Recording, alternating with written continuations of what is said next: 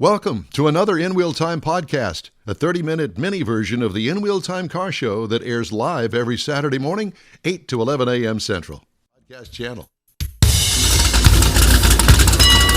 It is the In Wheel Time car talk show. Coming up, we're going to talk to Bill Szelag about a big Veterans Day car show that you can plan for. It's coming up. You'll want to go. Bastrop Town going to host that thing. Beautiful downtown Bastrop. It is. It's a very cute place. Conrad has This Week in Auto History. We'll get you caught up on the stories making car news this week. Howdy, along with Mike out of This World Mars down there in his studious position. King Conrad DeLong in the middle position. He's the cream in the cookie. Yep. And then we have over here the cookie. The outside of the cookie. It would be, we need more Jeff Seekin. I'm Don Armstrong. I'm down here opening the oven door. Thank you so much for joining us today. And welcome back for me. I was wondering where that was going. I wound up in Wisconsin a week ago today. But you were heading to Arizona. Yeah, I just made a wrong turn, that's all. But I had a great time. My cousin's birthday and great big birthday celebration. And all family's good up there? Family's good up there. What little I have left. And lots of liquor. Oh, this is Wisconsin, brother. Yeah, there's a tavern on every corner. Yeah, so just saying. All right. Tavern, not bar. Well, there's taverns and there's bars, and I don't know what the difference is. They all sell liquor. That's all I know. Anyway, Bill Szelag, he's been with us before, and he is with the Bastrop Area Cruisers. Bill, good morning. Good morning to you guys. Thanks so much for having me on the show again. Well, what you didn't know is that we had a kind of a round robin here about who you look like, and we've all voted in the fact that you look like Roger Penske. I've been told that several times. To be honest with you, I have. Well, that's a good thing. Do you sign autographs? So. Do you sign autographs? Where's the money? I wish I had the money. Well, no kidding. You go in the bank and get it. You can sign autographs. Just put that hat on, and I think away you go. Okay. Well, thank you. Appreciate that. Well, Bill, it's good to have you here. Bastrop Area Cruisers. How long? I didn't know there was a Bastrop Area Cruisers. So how long has Bastrop Area Cruisers been around? We're going to be celebrating our 25th year next year. We've lived in the area 17 years, my wife and I. So we've been members of the club, but so 25 years, and we've got about 160 members, which is pretty large for a relatively small town, growing like crazy though. So you survived the fire. We did, yeah. We live on the east side of. I'm sorry, on the west side of, and most of the fire was on the east side. Yeah. Well, how's the recovery going? I'll tell you what, when you cross that bump in the road out there coming into Bastrop, and to see all of that forest gone, it just kills me every time. There's quite a bit of growth, natural, and many millions of trees were planted also after the fire over the years. But I would say it's very green now, but they're a lot shorter than they used to be. That's for sure. What did you do during the fire? Where were you? You at home? We were at home, and we actually did have to evacuate our neighborhood also. Our neighborhood has oak trees and not as much pine trees, and it's a little more spread out. So we did have a few fires at the back of our development, but we made it through okay, and we were probably out of the house for about 8 or 10 hours or so. Wow. How long ago was that? Was that 7 years ago? It was 2011, I believe. Wow. It was 2011. Wow, that's quite a ways back. Well, we're not here to harp on that, but you've got a big Veterans Day car show coming up, and who all's invited? When is it? Okay, well, it's November. Actually happens to be on Veterans Day this year, November 11th, and we also have a little cruise in the day before on Friday, the 10th. So everyone's invited. Obviously, there's no charge for spectators, and we encourage many people. There's been estimates of 6,000 or 7,000 people, give or take 1,000 here or there, depending on who's doing the estimate that attend. We limit the show to 400 cars because that's all we have room for, because it is downtown Bastrop where there's plenty of restaurants. So we close the streets. We work with the city, close off the streets. Our parking is a little challenging because we park 400 cars in less than an hour and a half or so. And we back the cars in, obviously, and the streets are narrow, somewhat narrow, but not too bad. And it's pre-registered only because of that limit. And the registration closes on Sunday, November 5th, unless we're full up ahead of time. And obviously, we always get people that want to get in on the last minute, the day or two before, but it can't happen. No registration the day of the show, but that makes it a lot easier and a lot smoother for getting the cars in and registration and all that. But it's a great event and judged by class, which is unusual for such a large all make and model car show. So we give awards in 29 different classes. Right. And we have 35 to 40 judges. So it attracts a pretty high quality of vehicle overall. The 17th year, so you guys are well seasoned on putting this thing on. Yes, we try to enhance it every year, and many times the enhancements works very smoothly. Sometimes the enhancements are de-enhancements, but de-enhancements.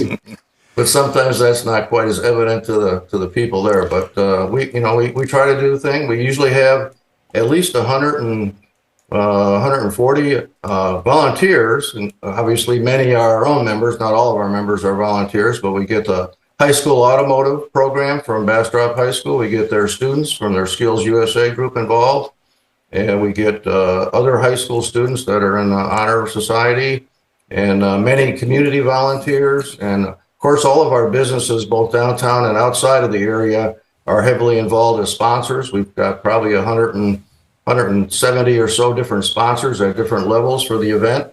So it's all good, you know. Do you have to have crowd control and actually more along the lines of fuel control at the Buc-ee's there as you go in? Because even though they've got 1,000 gas pumps, I would imagine with all those cars coming in there, it's going to be kind of crowd. Yes, yeah. One enhancement we did recently, about 2 years ago, is we have 2 entrances for the car show. So we cut down the parking time in half by having a south entrance and a north entrance. The entrance is off Pecan Street, and you kind of go down some side streets. I know a lot of people want to drive, turn into Main Street, but that's not allowed off of Chestnut. Chestnut is the Highway 150 that kind of crosses Main Street in Bastrop. But it's a beautiful downtown area. I was mentioning our sponsors. Many of the restaurants and almost all the businesses are sponsors. And our major sponsor for the event is Craig's Jewelry. They're our presidential sponsor, and Maxine's, which is a well-known restaurant downtown, is our admiral sponsor. And then we have colonel level sponsors, which are many of the car dealers in the area, as well as other businesses like many of the banks. Almost every bank is a sponsor. How many people you got signed up already? I mean, 400 slots to a lot of people, that's a lot. But, I would imagine the popularity of your show is such that you've got people signed up already. People coming back year after year. Yeah, we started we got a brand new website too. So if you haven't had a chance to look at that, one of our members really did a great job in working with a website designer. And so registration is only online. We don't do the paper registrations anymore. Like I told you, the deadline was on November 5th. Right now, we're sitting at about 125 registrations already. Wow. So if you're going to go, you better sign up. Building fast. Yeah. Like I said, don't wait till the last minute because they could fill up even by, November 2nd or 3rd. And typically that part of November, the weather is usually really good. We don't have to deal with 100-degree temperatures, that's for sure. Yeah, we don't know yet. Yeah. We've lucked out pretty good. We've had a little bit of dampness a couple of years. Last year, Friday night, which we do have a cruise in, we call it on Friday night, and this year is from 5 p.m. to 9 p.m. And I know Conrad has been there for the cruise in as well a couple of times, but it's kind of more informal. We still park all the cars on the street. It's closed off to any normal traffic, and people can just park on the street in a configuration similar to the car show. Go, and we usually have discounts at many of the restaurants and shops downtown. There's also a great museum downtown that will be open on Friday and Saturday. And there's the show is a lot about veterans. I'll have to say that. It's about the cars and the veterans, because it's also as much a veterans tribute ceremony as it is a car show, because we actually have a march down the street, much like you might see at the airport when you have honor flight. when all the veterans are marching down and people are applauding and, and recognizing them for their service. And we have about a 4-block march down the street from the post office in Bastrop. It goes to the courthouse. And then there's a ceremony at the courthouse, and that takes place about 11:30 or so. We also have, and we just got confirmed that we have 2 vintage military airplanes that will be flying over. We do that every year, weather permitting, and that's in the plans this year again. So it's a great ceremony, and two local veterans are honored at that ceremony, both a officer and an enlisted person for their community service. Bill, you have a lot of entrants from Bastrop itself? Well, we do, but we haven't done it in the last year or two. But about 2 or 3 years ago, we actually did a zip code search, and over 35% were more than 100 miles away. Yeah, so I would imagine Austin, San Antonio, and Houston are the big cities. Yes. And because I mean, when I think of Bastrop, I think, wow, that's pretty cool. It's like halfway to Austin. Yeah. It's always a good place to stop. It's a destination. It is, and it is also a destination. Well, and you've got a good partnership with visitbastrop.com as well, and exactly. Promoting Bastrop as a destination city and you being a part of it. So, Bill, you had mentioned earlier that you've been a member of the Bastrop Area Cruisers for 17 years, and this is the 17th year of the show. Are you kind of one of the founders of the show? No. The show actually started before we became members for just a couple of years or so, and it originally started off Highway 21 in a small area, and then it moved downtown. So we've been around for the initial, you might say the third or fourth year, because we didn't join immediately when we got here. What you mentioned Visit Bastrop, because they are a big part of it. We get great support by the city, to put this thing on, because it's not an easy thing. We've been planning this every year. We get finished, and then we start planning it again in March. I forgot what I was going to ask. We need to plan a remote. Are you going to show a car? Well, that's one thing. When you host a show like this with your own club, we do not enter our cars. As a matter of fact, it's a requirement when you join the Bastrop Area Cruisers. Your membership form says that you're not going to enter a car in the show, because we have guests, and we don't want, and many of our members are judges, so we don't want things to be interpreted that we're judging our own cars. So we put our cars in a separate lot on display, and I do usually bring my 70 Oldsmobile Cutlass that we've owned for 49 years on display if I can, and then we give the participants, anybody who enters their car in a show, we give them 1 or 2 ballots, and we ask them to go look at our cars. So we do have awards, but it's entirely separate than the regular awards that we hand out to all the participants. What would you say are the main cars that show up there? Are they classics, antiques, retro mods? I mean, whatever it is that. Give us an overview of some of the cars that show up there. Well, I'd have to say it's quite a mix. I mean, obviously we got some Corvette classes, so you've got the later model cars, the muscle cars, the Camaros, the Mopar muscle and things like that, late model, but we have a lot of unique vehicles. There's a lot of people, because this is a veterans event, that do special paint themes, veterans paint themes or patriotic paint themes. Of course, pickup trucks are big. We actually added a class this year. It's called Class N, Adventure Mobile. Jeeps, Broncos, Blazers, and non-military.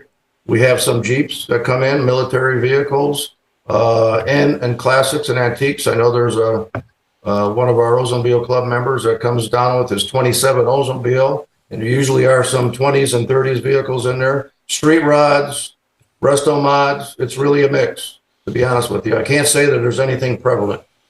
That is really and they're all driven in. There's not a bunch of trailer queens show up to this. It's right. Most everybody drives into the show. Is there a limit? I mean, not a car like no newer than a certain year model, or is it open? We do allow. We do have a class, and I'm glad you brought that up. We do have a class that's called K, which is newer cars and trucks. So it's 2018 and newer, or let's see, 2018 and newer. Because like in some of our classes, if it's a class that there's not as many vehicles in, you don't want a brand new vehicle competing against a 1990 or 1995 vehicle. Right. So we put all those, it's a mix. Some people, say, well, why am I not in my Corvette class if I've got a new C8? Well, you're in with the new cars. So new cars and trucks are judged against each other. We number the spots. A lot of people wonder how we judge by class, but the same two judges judge the same cars in that class. It's not like we go down the line and you mix up all the cars together. We number the spots so those judges find the spots where those cars are at. I was wondering how you did that, because you mentioned you put all 400 of them in an hour and a half. You got to have some sort of design to make that work and keep it to where everybody can find what they need.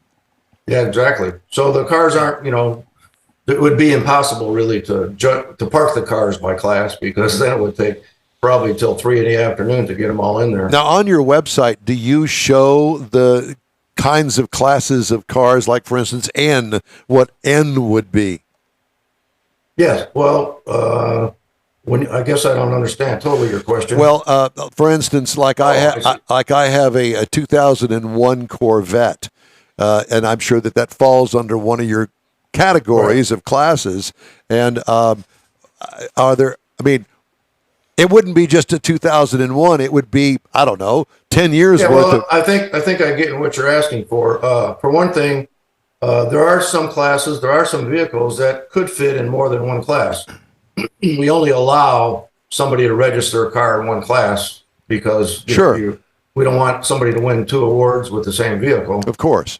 But I think what you're getting at is, how do they know what class do they need to be in? In most cases, they do know, but we have a great communication process through our email, through our Google email, where they can ask the judge a question. Hey, do I fit in this class or that class? Or when we get the registrations in, we'll look at them and we'll say, well, I don't know if this really fits in there, so like a class that's many times confused is the survivors. Well, the reason that I ask is because, if I'm a real show kind of guy, and this is really important to me, I need to have some sort of idea of what I'm competing against. Mm-hmm. Not that I'm going to change anything, but I need... Don wants to enter into the class that there's only one car in so he can win. Yeah, no, that's not it at all. Just to have an idea of what my competition is. Yeah.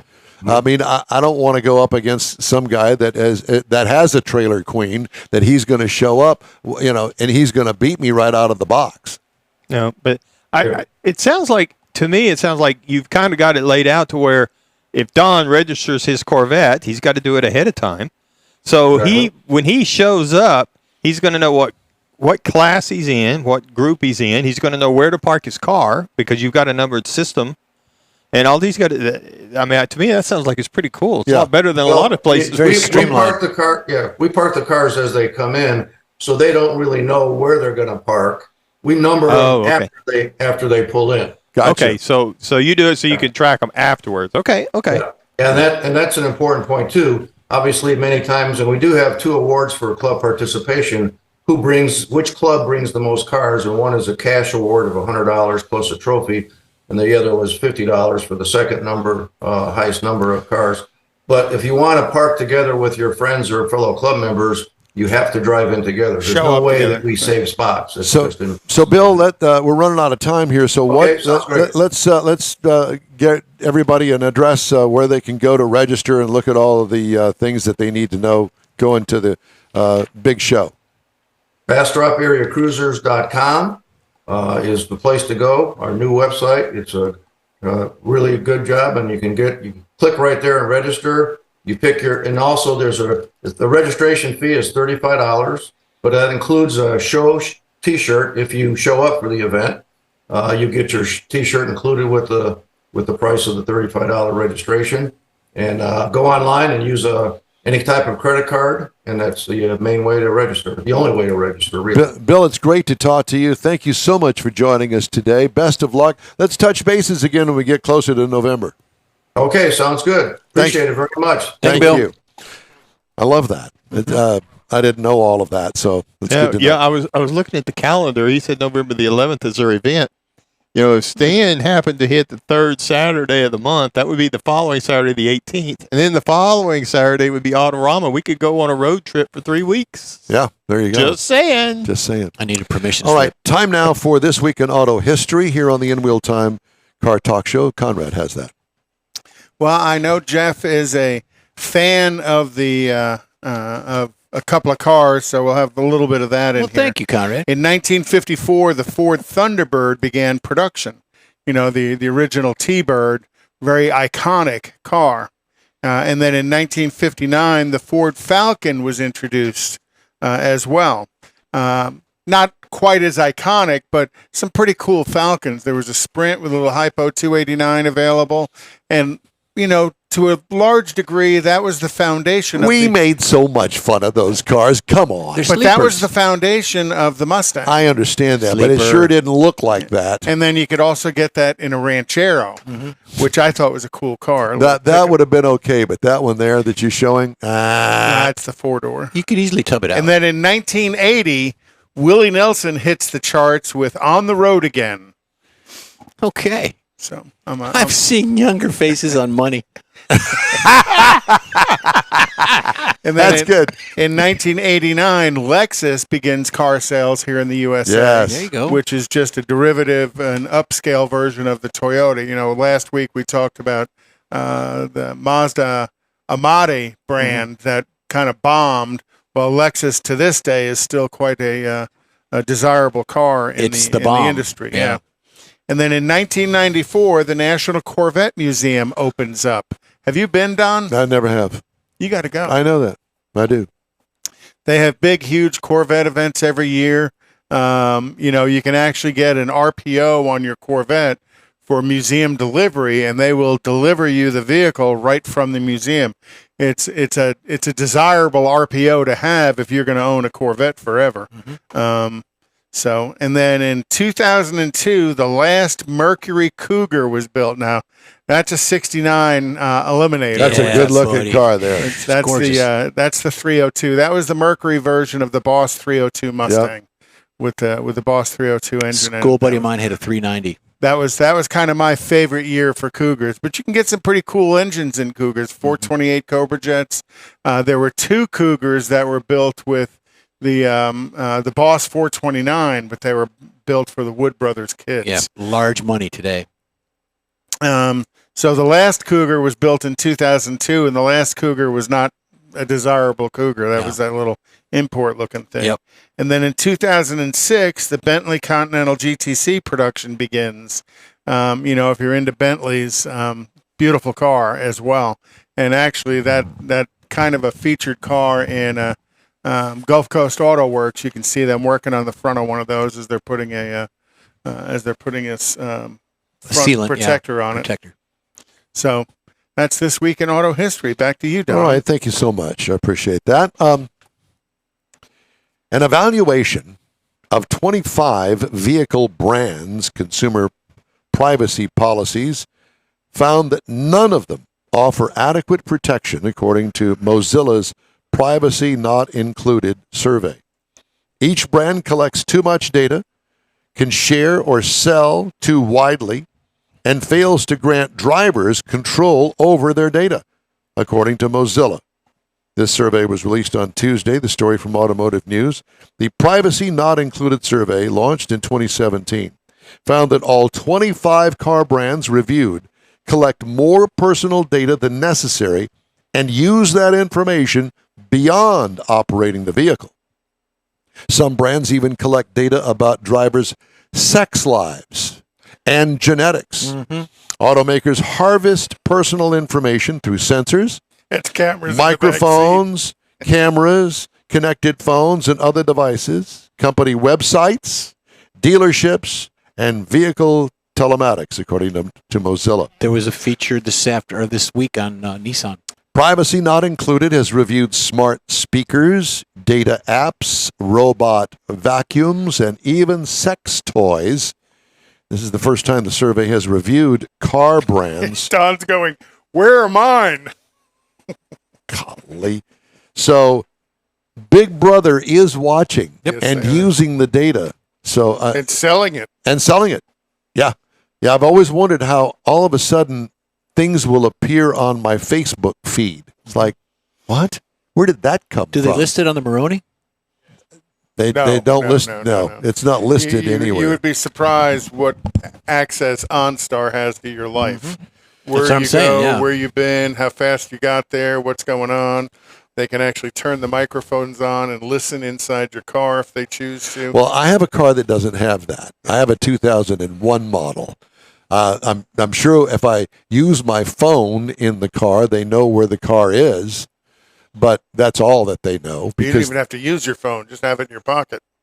Well, that's what I'm In saying. some cases, yeah. That's what I'm saying. Yes, to have the phone turned on in your car, they know where the car is. It's kind of scary, actually, It's extremely scary. Yeah. Big Brother's watching, all the time. and they're going to figure out a way to tax you for whatever it is you do. Ford Motor Company said it will spend about $270 million to fix an issue with rear view cameras that has plagued several models, according to a document filed Friday with the U.S. Securities and Exchange Commission. Thank you, Automotive News, for this.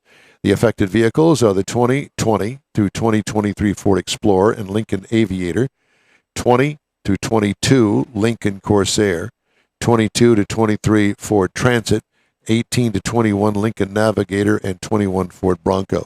More than 422,000 Explorer, Aviator, and Corsair models equipped with a 360-degree camera were recalled in May for an issue with the rear-view cameras that caused blue or black screens when the vehicles were in reverse and when the 360-degree view was selected.